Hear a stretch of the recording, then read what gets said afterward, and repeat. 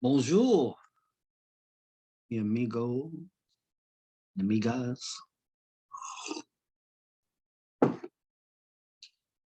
Morning. That's Spanish and French, but okay. Good morning. Good morning.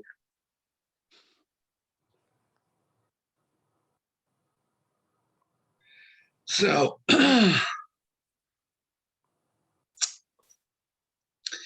here we have what we're going to look at today is the actual prompt and then some preliminary research direction. I can't get into the library from my computer. I mean, I can get into the library, but I can't get to the databases off campus. But can. Yes, I'm not sure if you need a code or anything. Library person. I'll let you know next week. But so this, I click on this right here. That's going to be our prompt for essay 3. Here's the, this will be the, I'll probably put, revise this to say, I haven't really even created it yet, but it'll say drop your essay here. And probably be a task stream link as well, create it here, and you'll drop your essay 3 into both places. This one and into task stream. So let's look at that. Coffee time. Yeah, I got a low tire on my car. And with the weather yesterday, I wasn't going to go out there and try to deal with it. I knew I couldn't get. It's just a low tire. I hope it's not flat.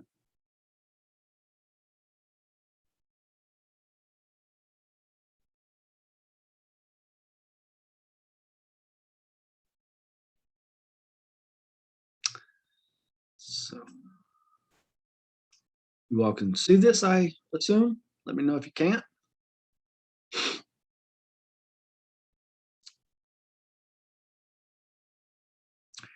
So as I said on Tuesday, most of the prompt looks the same as the others that we've seen, except now it's telling you we're turning our attention to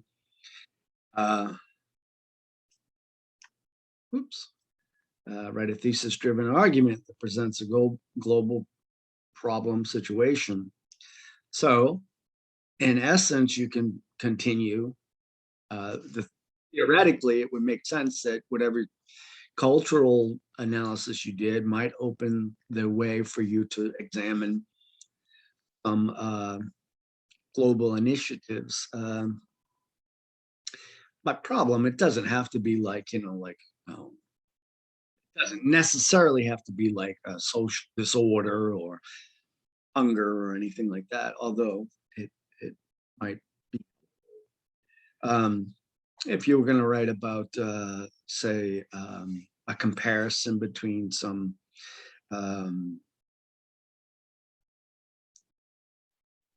heritage, like an African heritage kind of cultural thing, whether it's on a country or a specific music or whatever it would be, you can, by comparison to the Americas, you could always write about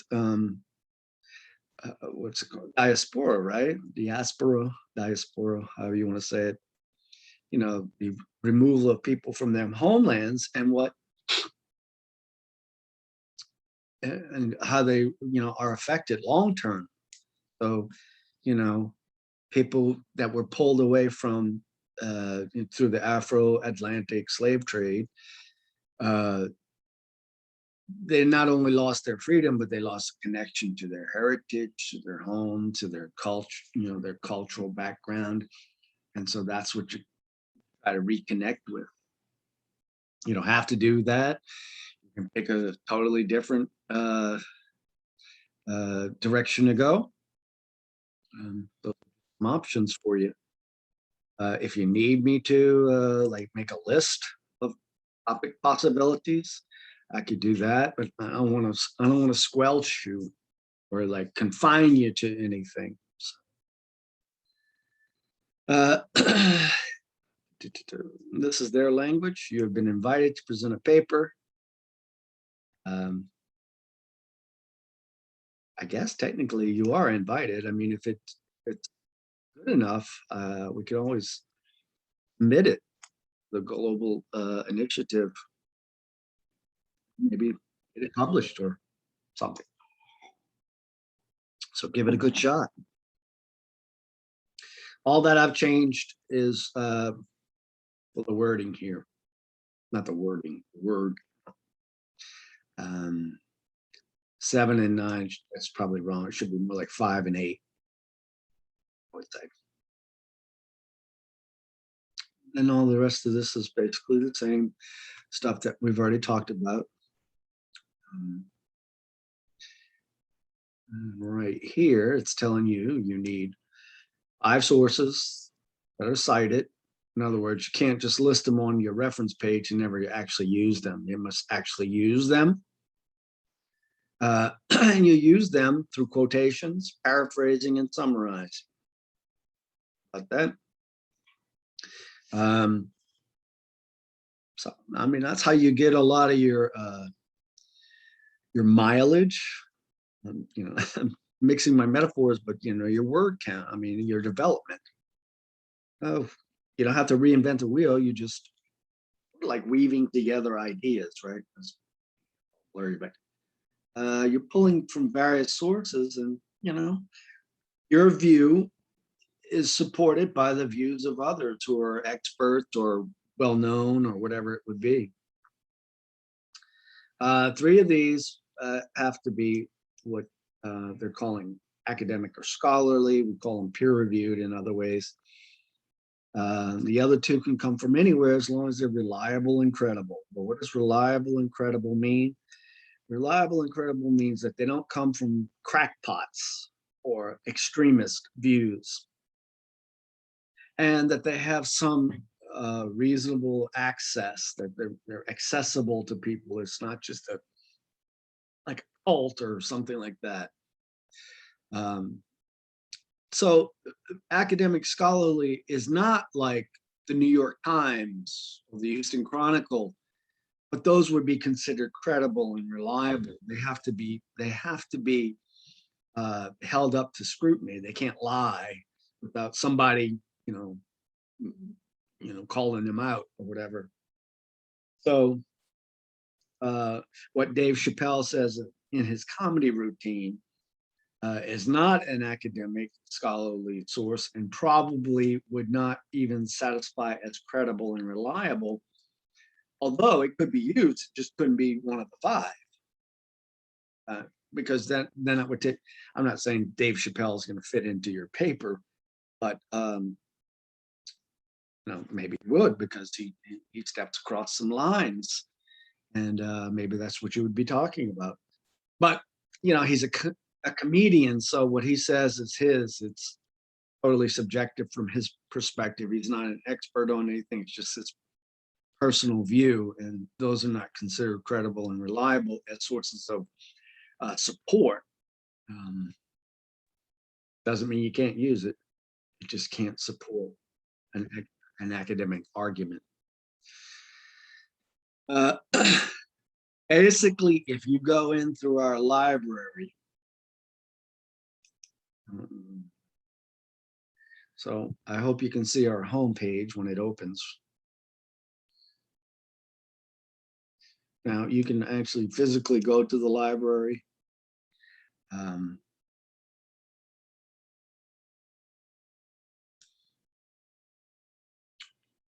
Opening up slowly here.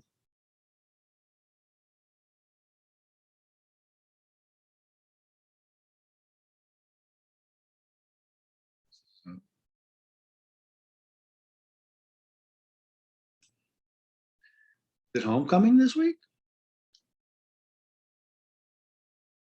Yep. Wow, it's late. Who are we playing against? we're gonna lose for our homecoming. We got activities planned out there, enough. Yeah. Drinking.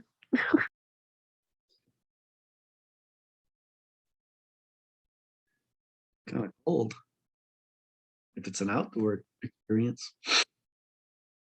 All right. I didn't realize it was homecoming. I always thought it came earlier. So, our library. Usually I saw a link up above, but I didn't see it this time. But anyway, everything's linked at the bottom. And we'll go into the library. This is to access it from your computer on campus or off campus. Now, if you're accessing it from a computer that is on campus, I don't think you need any kind of codes. Off campus, I think you need because it'll tell me what's my code, and if I don't know it, I can't help you. I'm going to try to figure it out as we progress. So you could do a search right here. So look, in the past, it remembers things I've searched for. I don't remember what context was, but this I remember, the Hollywood and Race. We were talking about cultural appropriation. So technology and race,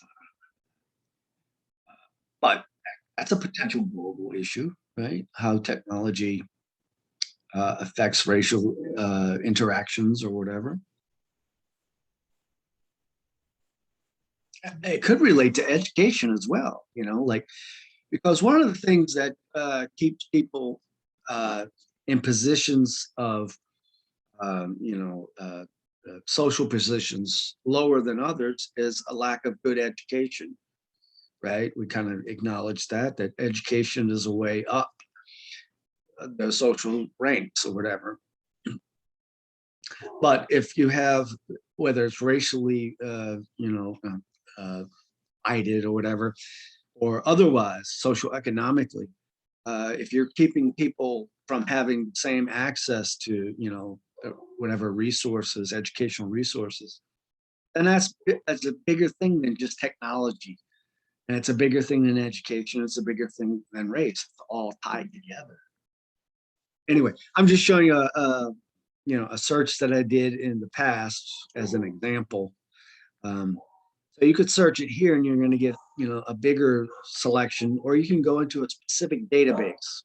Okay.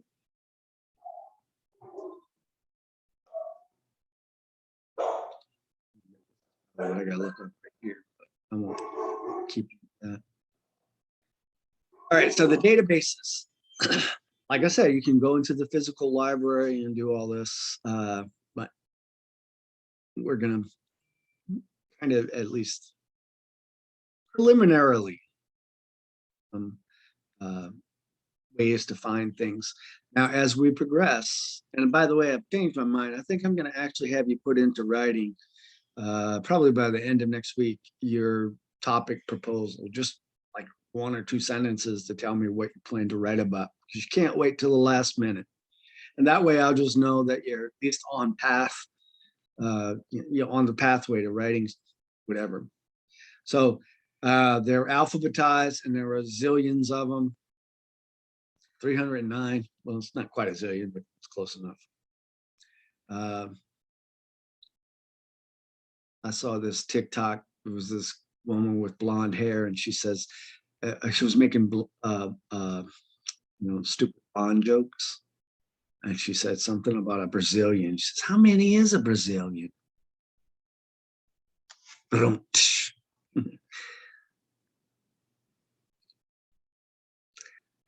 So the A's, the B's, okay. African American historical series. If you wanted to do something like as a historical approach. So if you had a subject matter in mind, then you would probably use the alphabet maybe begin. So, you know, um,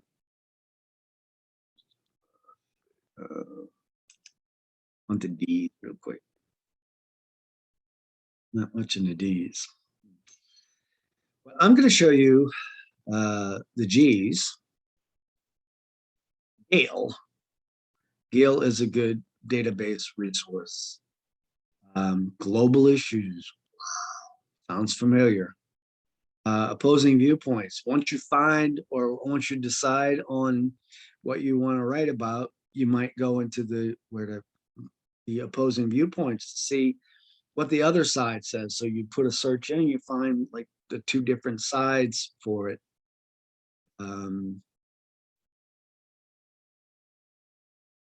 There's a literature resource there. I didn't require a source, an outside source, so we didn't use it. But if in the future you ever need a source for a literary analysis, there you are right there. Gale is really good. Really good in the sense that it's compact and easy to search, and it's sort of a generic one. Remember Gale. JSTOR is another pretty widely used one. But you can see, you can scroll through these. Anyway, JSTOR is right down here. So let's pretend like I was researching, and this is what you need to do over the next couple of weeks. I don't think that's right. Please enter your password. I don't remember entering it, so.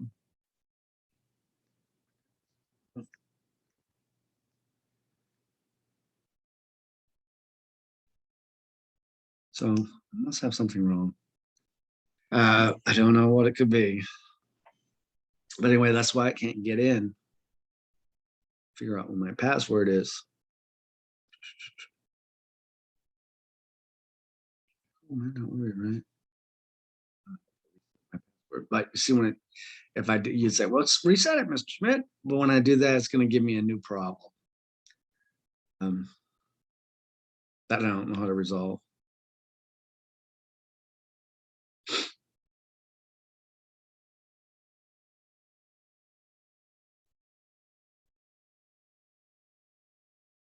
I'm not going to occupy your time with that.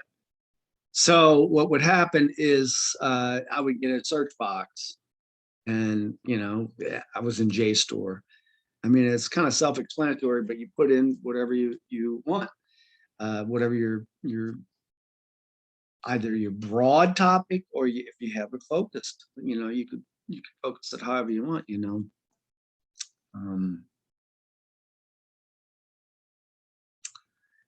I don't know. I haven't read your papers. By the way, you got to give me a little time on that. I'm in a hectic place in my life. It'll probably take me a week or so to get those. But you're not in a rush, I hope.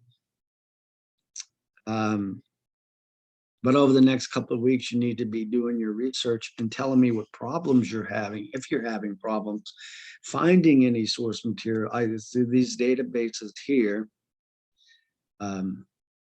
or through, where'd it go? If I type in Google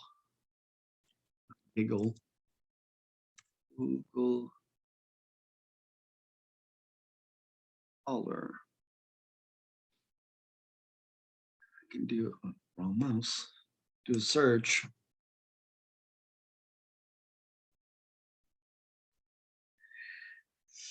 And you see what it tells us about Google Scholar is that it provides a simple way to broadly search for scholarly literature. I'm familiar, I hope. Let's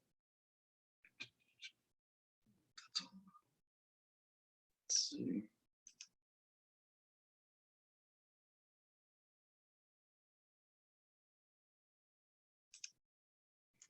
Oh, what do we want to search for? Anybody have a topic like pretty much set in your mind, or kind of at least you're contemplating? I'm sure it does not to be right or wrong, just anything.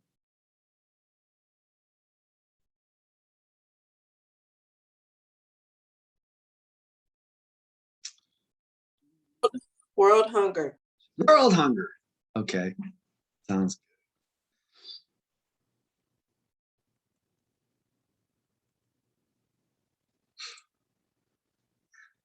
You wanna focus it any kind of way, like on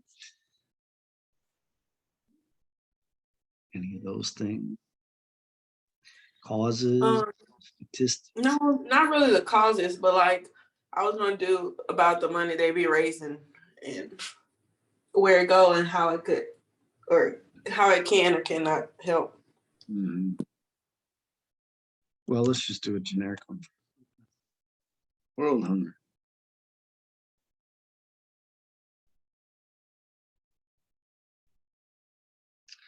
Well, I accidentally hit statistics, but you can see what the kind of things that come up are pretty good, and they're going to be considered scholarly or academic. Um, Now, what you have to do is when you do your search, you sort of have to read first the title, but then you kind of read over the little blurb about it, see if it's going to take you any place that you want to go.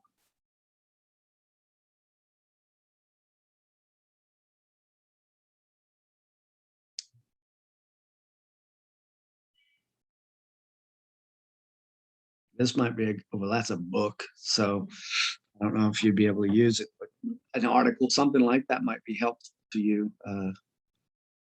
Venus, right? Is that who was talking? Oh, you said the other day, right?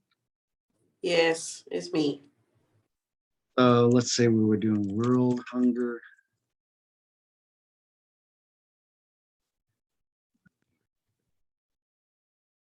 Kind of around 12 minutes.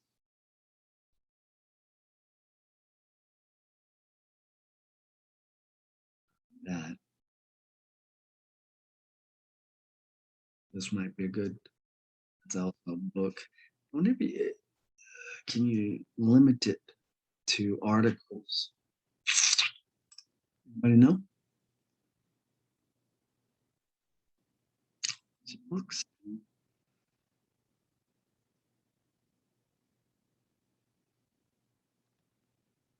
A lot of books on that one.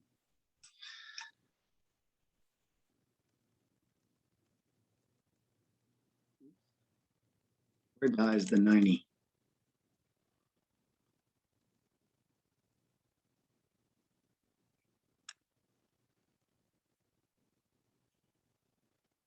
It doesn't want to play along with me.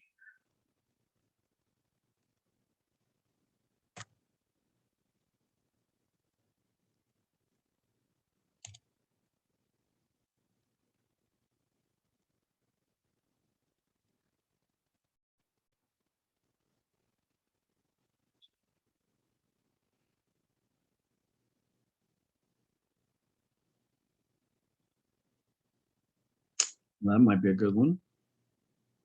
By the way, this is just a sample search. So, in this case, Venus, you got to do your own work to look at the titles and decide where you want to take it. And you might have to go through 10 pages to find what you want, or change the way you phrase your question. And you might go outside of Google Scholar to find good stuff as well. And so, like in her case, this is for everybody. Let's say I was just I don't know if you use Google or not, whatever you use, and then we could do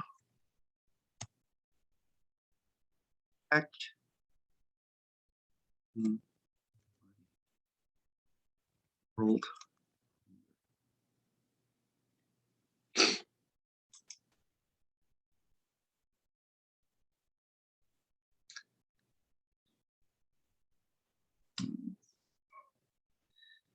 See, that's a .org, so that's a credible and reliable one. And that one looks pretty good for you right there. I mean, any of these kind of get the facts things, they're probably going to give you good information. And there's the stuff that you were talking about the other day, right? Am I right? Yes, that's right.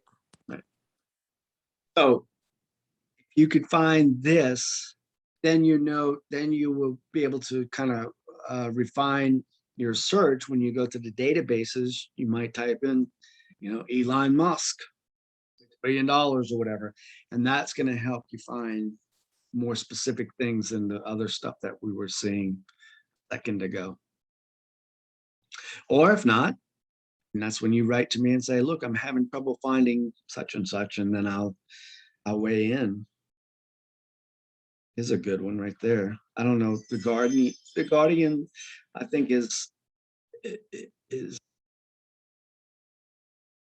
acceptable. I don't think it's great as credible and reliable, but it's acceptable. All of these are going to give lots of good information.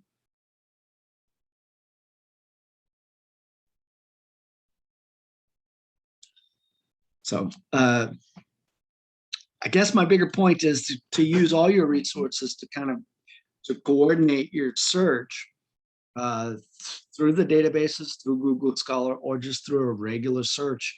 I mean, some of these might come back. I would accept this .org as a scholarly one, even though it's technically not. But it's probably close enough to be incredible, and I mean, it's credible and reliable enough to be close enough. If in doubt, ask me. CNN article is not going to be academic and scholarly, but it's certainly going to be credible and reliable. Even if you think that CNN is biased or Fox News is biased or anybody else, they're credible and reliable to the extent that they can't outright lie. They can maybe fudge the craft the way they present things to their own bias. There are news organizations that are less biased than others, PBS and the British Broadcast Company or whatever. Those tend not to have a whole lot of bias. Here's a .edu one.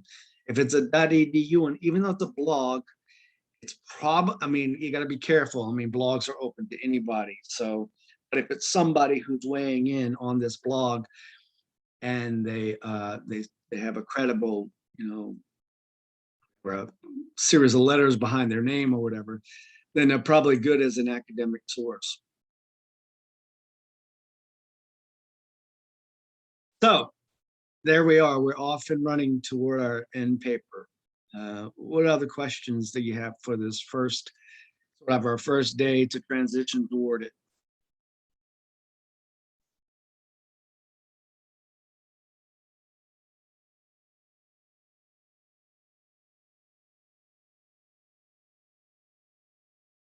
I feel like you have at least a good stepping stone to start from. I mean, first you gotta figure out what your topic is. So, so by next week you should kind of focus on that, because then you'll only have, 2 weeks before Thanksgiving week. I mean, I don't know if you're going to work during Thanksgiving week or not, or if it gets hectic for you, but you have ample time. You just got to be careful with your time. I know I keep stressing that and repeating myself, but I know it's a common student mistake. I just witnessed it with the, if you want me to prove it to you, I open my inbox and see the, slew of messages. I tried to submit my paper and it wouldn't go through, and then it closed. Why are you submitting your paper at 11:58? Don't wait till the last minute, especially on December 1st, because the last minute is the last minute. Anyway, I don't mean to lecture to you. I'm not your father. I'm not your priest or whatever but I am your advisor, try to get you to produce the best thing that you can produce. Don't read rough drafts or anything like that. I wouldn't have the time, but if you have like specific questions as you start the draft, like about how to use source material or whatever, we'll probably go over that next week. Start looking at like, in-text citations. I know a lot of this is old news to you all, but I have to go through it just in case. But if you have those kind of specific questions about how to integrate some source material or whether, your organization is solid, I can answer those sort of things either through email or here in class, whatever. Not here in class, in class. I wish we could just do Zoom for the rest.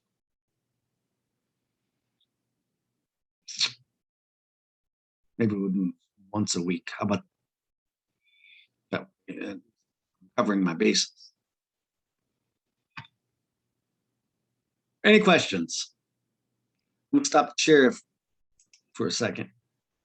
And what I'm going to do is I'm gonna print screen, and that'll be my roll taking. Because if I try to take roll this way, every time I click back and forth, it just, it shuts down that window. Print screen, and then I'm going to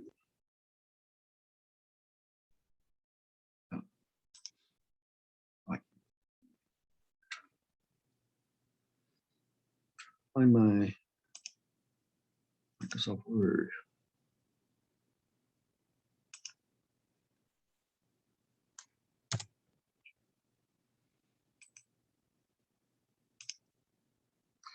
All right, so I'm gonna take roll real quick, and then you all are free to go your own way.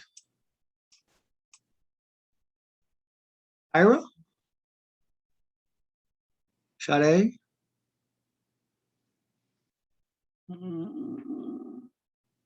Kayla? Oh, I can't read. Michaela, Casey, Mia,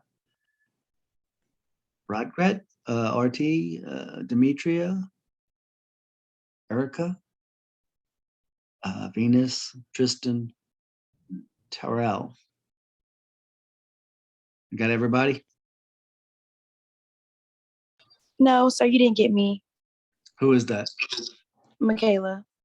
Oh yeah, I did. You were the one I could barely read. Oh, I had to sorry, make it bigger. Michaela. Okay, thank you.